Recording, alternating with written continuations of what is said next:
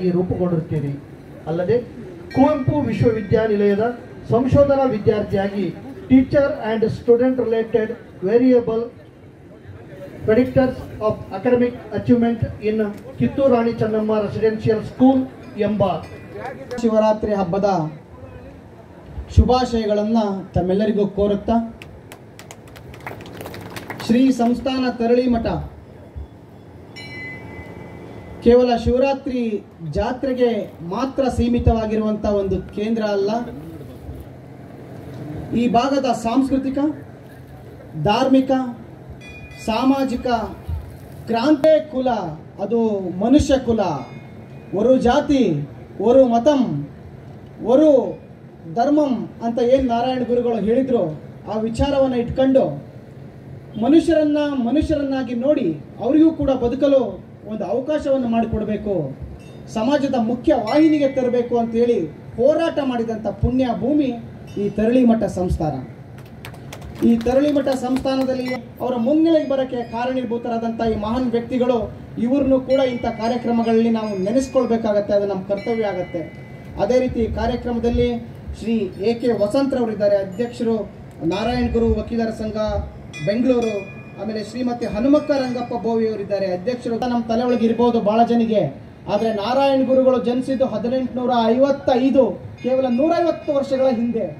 1855ರಲ್ಲಿ ಜನಿಸಿದ ನಾರಾಯಣ ಗುರುಗಳು ಈ ಸಮಾಜದಲ್ಲಿರುವಂತಹ ಮೇಲು ಕೀಳು, ದೌರ್ಜನ್ಯ, ಬಡವರ ಮೇಲೆ ಶೋಷಣೆ, ಧ್ವನಿ ಇಲ್ಲದವರ ಮೇಲೆ ನಡೀತಿರುವಂಥ ದೌರ್ಜನ್ಯ, ಇವೆಲ್ಲವನ್ನ ನೋಡಿ ಈ ಸಮಾಜಕ್ಕೆ ಸಮಾಜ ನಿರ್ಮಾಣ ಮಾಡಬೇಕು, ಎಲ್ಲರಿಗೂ ಬದುಕುವಂಥ ಹಕ್ಕನ್ನು ಕೊಡಬೇಕು.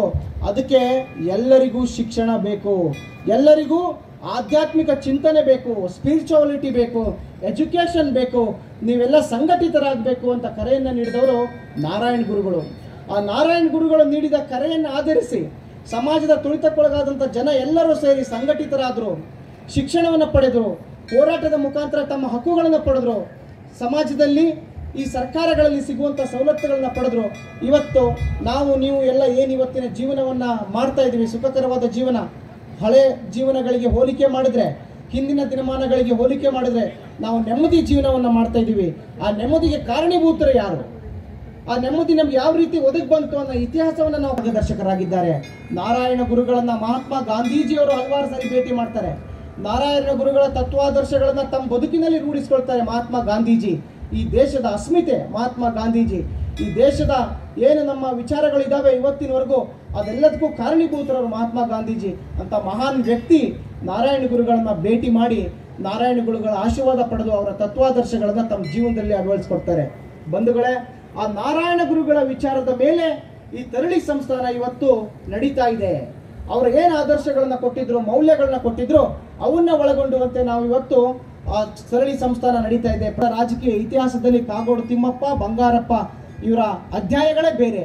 ಇಂಥ ಮಹಾನ್ ವ್ಯಕ್ತಿಗಳು ಕೂಡ ಇಲ್ಲಿ ಬಂದು ಈ ತರಳಿ ಮಠಕ್ಕೆ ಯಾಕೆ ಬಂದರು ಅಂತೇಳಿ ನೀವು ವಿಚಾರ ಮಾಡಿದರೆ, ಇದನ್ನೊಂದು ಕೇಂದ್ರವಾಗಿ ಮಾಡಬೇಕು, ಸಮಾಜವನ್ನು ಒಗ್ಗೂಡಿಸೋಕ್ಕೆ ಇದೊಂದು ವೇದಿಕೆಯಾಗಿ ಮಾಡಬೇಕು, ಅದರ ಮುಖಾಂತರ ತುಳಿತಕ್ಕೊಳಗಾದವರಿಗೆ ಒಂದು ಬದುಕನ್ನು ಕಟ್ಕೊಡ್ಬೇಕು, ಅವರಿಗೆ ಗುರುವನ್ನು ಕೊಡಬೇಕು. ಈಗ ನಾವು ನೋಡಿದ್ವಿ ವೇದಿಕೆ ಮೇಲೆ ಪಾದ ಪೂಜೆ ಮಾಡಿದ್ವಿ. ಯಾಕೆ ಮಾಡಿದ್ವಿ? ಗುರುಗಳನ್ನ ಕೂರಿಸಿ ಪಾದ ಪೂಜೆ ಮಾಡಿರೋಂಥದ್ದು ಒಂದು ಸಂದೇಶ. ಮುಂದೆ ಗುರು ಇರಬೇಕು.